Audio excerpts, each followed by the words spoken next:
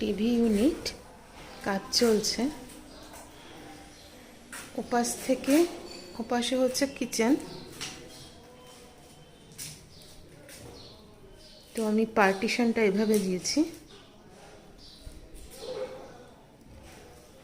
আর এই দুটোই শুধু জানালা আছে ওপাশটার জন্য। তো এই টিভি ইউনিট মোটামুটি হয়ে গেছে। তো আমি এরকম ফ্লুটেড গ্লাস দিয়েছি।